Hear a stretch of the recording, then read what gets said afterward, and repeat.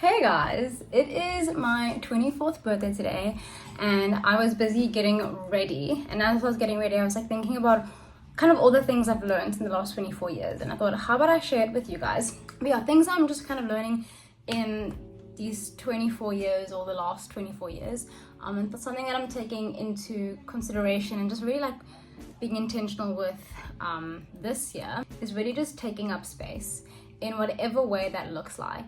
I think being a goal, just we kind of grow up and we feel like maybe we grew up feeling like the best way we are to be perceived, or the best way that we should show up in the world is to be adaptable and to be quiet and to be reserved and to kind of take a back seat in that and in the discussions that are happening. And I think that's something we kind of maybe take into our adulthood and our teenage years. But just going back to who you were when you were 5 years old and you did not give any damns about anyone and how they perceived you, like you were just free and you were just yourself.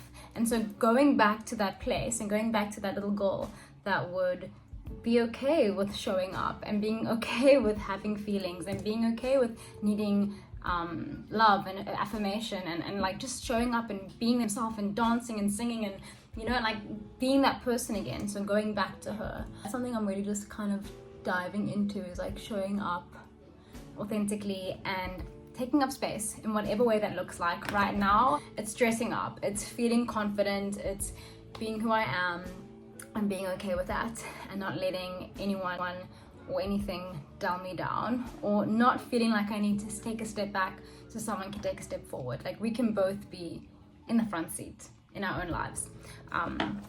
So yeah, learning to do that. Some other things that I've learned into going into my 24th year is to have difficult conversations with the people that you love. Learning to have those difficult conversations now to avoid resentment or disappointment in the future. And something actually my friend challenged me with. We were having dinner, we were out for dinner, and she was just kind of reflecting on our friendship and in some areas where we kind of just have different expectations. And she was trying to figure out like, why am I feeling a certain way?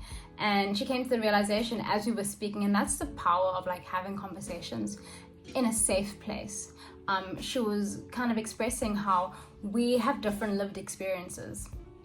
And just to like kind of dive a little bit deeper, the way that I experience friendship is doing life together, sleepovers, it's staying up late and like having long chats and waking up and doing life together and like going to our families' houses for lunch, like things like that. Like that's how I experience, oh girl, the wrong time to do my lips. That's how I experience friendship. And the way that she's experienced friendship in the past couple of years has been a little bit more like coffee date. And so we were kind of in a disconnect space of like, I have a different lived experience, she has a different lived experience. Those lived experience kind of set up our expectations, and then when our expectations aren't met, we get disappointed, right? So maybe I was feeling disappointment that she wasn't showing up for me in the way that I've experienced in the past, and maybe she was feeling disappointment from the way that I wasn't showing up for her or expecting too much from her. It was such a beautiful moment because we both were just sharing each other's hearts. And as much as the conversation was challenging and difficult to maybe hear, because like we're both experiencing this, so we don't know like why we're experiencing this, or the kind of the root, and the conversation led to her to figure things out about herself and for me to figure things about myself, and how none of our experiences or expectations are wrong. Yes, there might be flaws in it, but we're allowed to feel how we feel, and we can challenge each other, and we can maybe set the standard, or say, hey, listen, let's maybe drop the standard. And so I think it was such a beautiful conversation, and I'm so grateful for her for bringing that up, because she could have easily been like, well, I'm feeling this way, let me just kind of keep it to myself, and that builds up resentment, right? And it builds up resentment, and resentment leads to bitterness, and then there's just a disconnect, and then the friendship is kind of non-existent anymore, which I think has happened in the past for me, because I have already just struggled to express my feelings to people, struggled to express when someone has disappointed me or hurt me.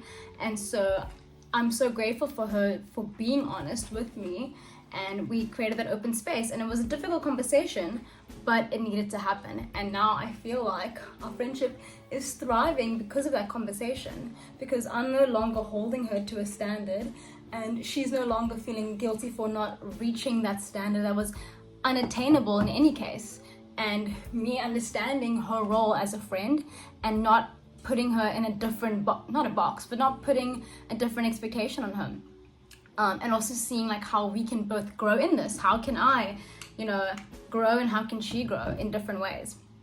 So that has been beautiful, guys. I bought this lip, was it Revlon 16? It's Revlon Color Stay Over Time. She was really cute in the store, and then I bought her, and now she's not cute anymore. I don't know what that is. Don't know what you call that. Bottoms up, guys. Drink your meds now before the winter starts to hit you. Something else I'm learning is that just because it doesn't come naturally doesn't mean that you shouldn't work on it. I think we live in a generation where it's like, sorry, that's just not my personality. Sorry, that's just not my burden. Sorry, that's just not who I am. Okay, honey, it might not be who you are, but like you need to grow as well. And I think I've learned that a lot. Let's just see how this looks. She's dark. I think I've learned that a lot in my relationship with Ben.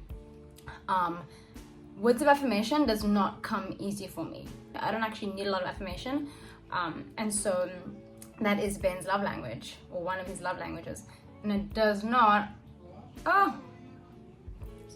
does not come naturally to me. So the immature version of me could have gone, oh, you know what?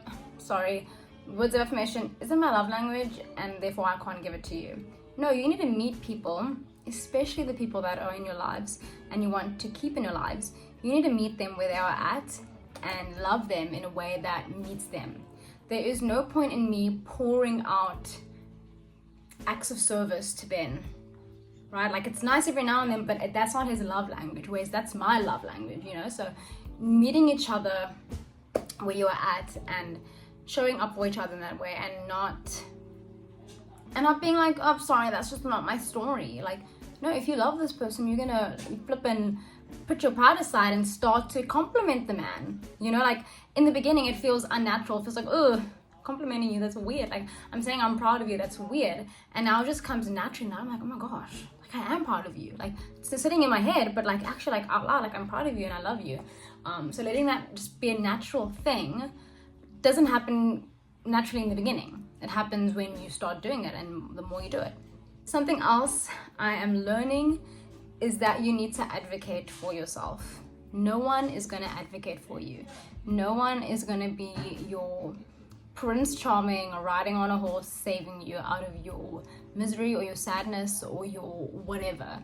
Yes, people can lift you and support you, and that's a beautiful thing, but especially in your career and in the corporate space, or whatever space that you find yourself in your career, you need to advocate for yourself. So if something is no longer serving you and giving you passion, understanding what your response to that is, not your reaction. Because the reaction goes, I hate my job, I hate it here, I'm stuck, I'm reacting.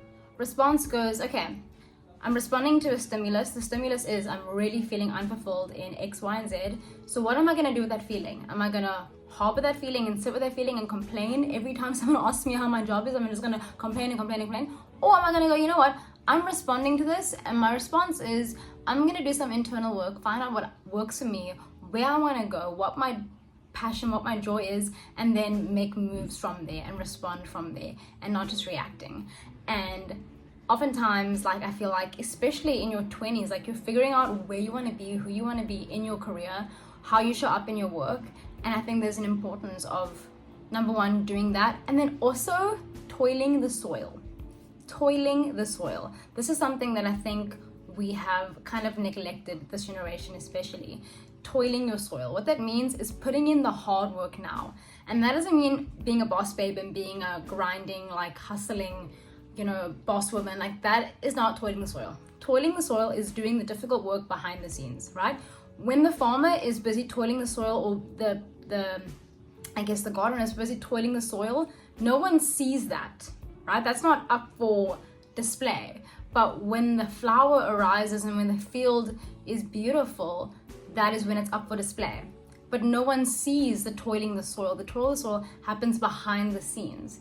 And I think a lot of us are wanting to be at that point of, I've made it. You want to finish off high school, you want to study, and then you want to be in a high earning job, and you want to just be a boss babe and do well and look good and be aesthetic. And there's beauty in that, but also honoring the season you're in and knowing that, hey, listen, I'm in a season where I need to toil my soil. And that was me, and possibly still is me, where I'm like, I need to put my head down, I need to do what I need to do the hard thing now. And I'll be honest, like, I am in a space now where I've received the blessing, I've received a promise, and I'm stepping into something new, which I am so beyond excited for.